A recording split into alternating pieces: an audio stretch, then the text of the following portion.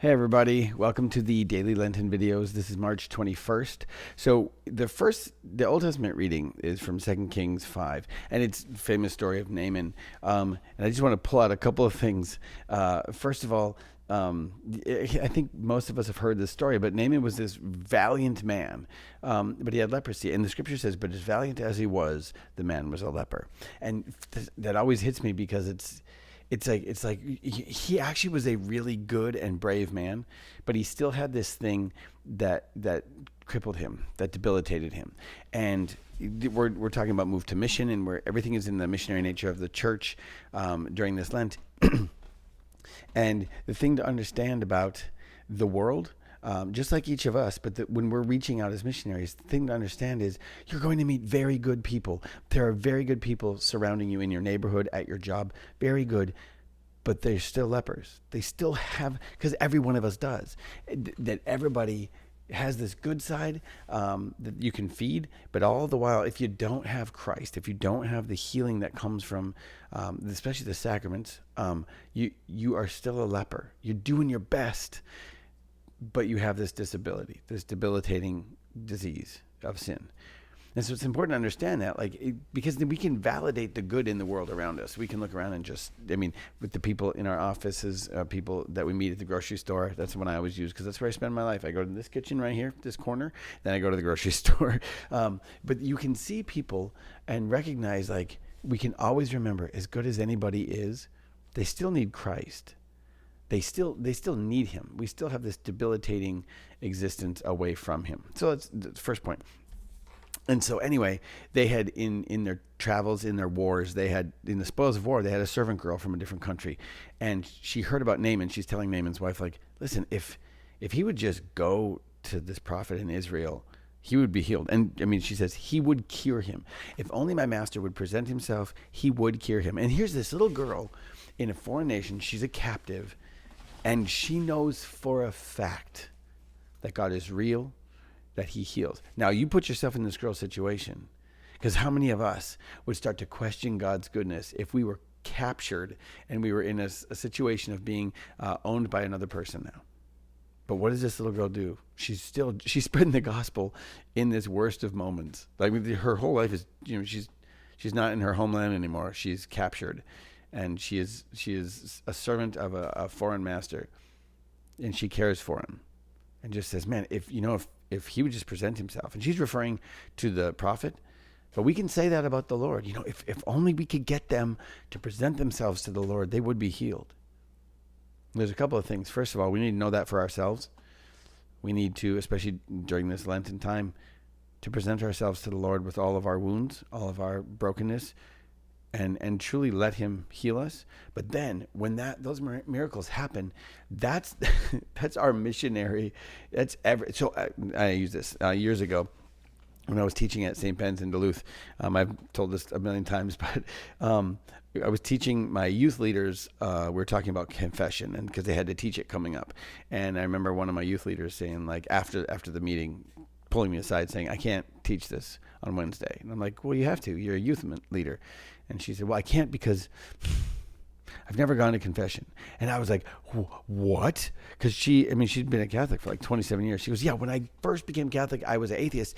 I got baptized. I didn't need to go to confession. And now I've been too scared to go. I've never gone.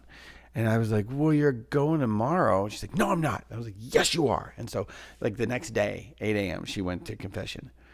And let me tell you, that Wednesday night that she had to teach confession to her youth, her small group, she didn't need teaching methods. She didn't need apologetics. She was on fire. She was nuts. She was like, you gotta go. It's the greatest thing ever. She was nuts about it because she had experienced it firsthand. So for us, if you haven't, this Lent, present yourself. The things that are broken about you, you know them, present them to God fully with complete trust to him this Lent. And accept that healing. And then offer that to the world. Those people around you, when you see them hurting, say, hey, I don't want to butt in, but I actually know how you can be healed. I know how you can feel better.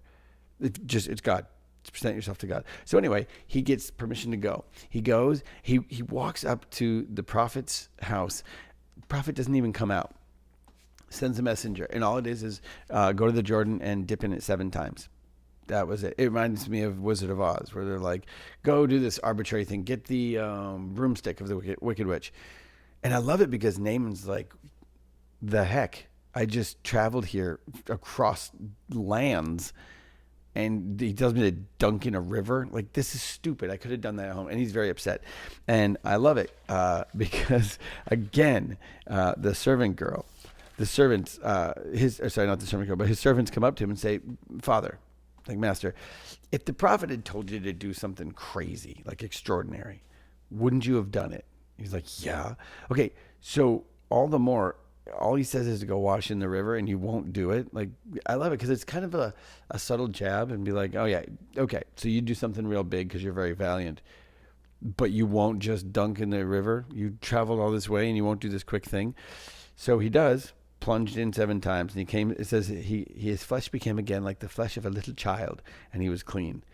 And he returned with his whole retinue to the man of God, and he stood before him and said, now I know that there is no God in all the earth except in, there is no God in all the earth except in Israel. That, like, now I know. And there's 2 things. One, I want to challenge you to be ready today, this Monday, to branch out, to reach out, to speak out in wherever you go today. Speak out. It's scary, but you can speak with confidence because God does meet us when we present ourselves to him. And if you can get people to present themselves to the Lord, he meets them. I mean, it's not even in the middle. He meets them. He goes infinitely far, and we go like a hair's breadth. But the second thing is, because this is Move to Mission, this is prayer, fasting, and almsgiving, I want to challenge you. If you saw me speak at the opening retreat, I just want to challenge you. Tithe this month. Tithe. If you watch this, write a check this Monday, March 21st. Write a check for 10% of what your last paycheck was. And yes, just after tax. Whoa, is it pre-tax? Is it after? I mean, come on. Just whatever came into your bank account.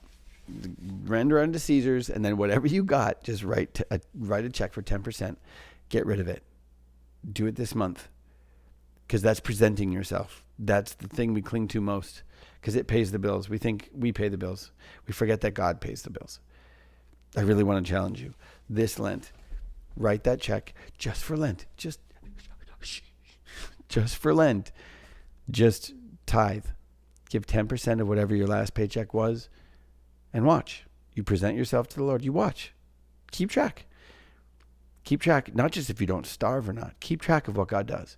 Keep track of your heart, your disposition. Keep track of your relationship with God. Watch it grow. And then do it the next paycheck. And then encourage other people to do it. Say, guys, you know what? If you would just trust him with your finances, if you would trust him, he would heal you. He will meet you there. I guarantee it. So anyway, I know we're at 8 minutes and 32 seconds. Or something like that. I just wanted to put that out there. Just trust him. And then you'll be able to reach out to the Naamans of the world who are valiant, but they still have that debilitating thing of not knowing, not being in relationship with God. Anyway, I will see you soon. Have a wonderful day. Bye.